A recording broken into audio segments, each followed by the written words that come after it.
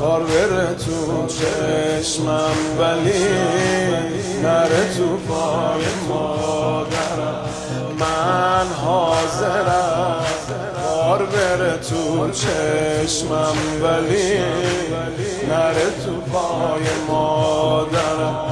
من آخرش یه روزی توی روز جون میدم برای مادرم.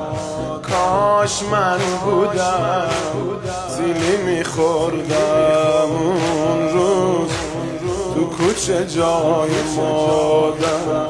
کاش من بودم سیلی میخوردم اون روز تو کوچه جای مادرم.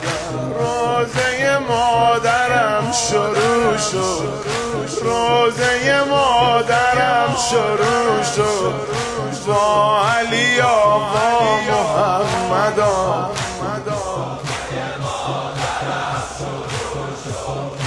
با علی آقا محمدا.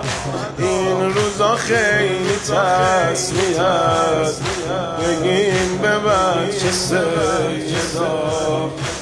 از ته دل بلند بگو آه مادر.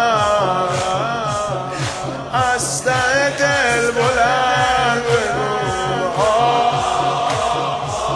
آی مردم مثل امام حسن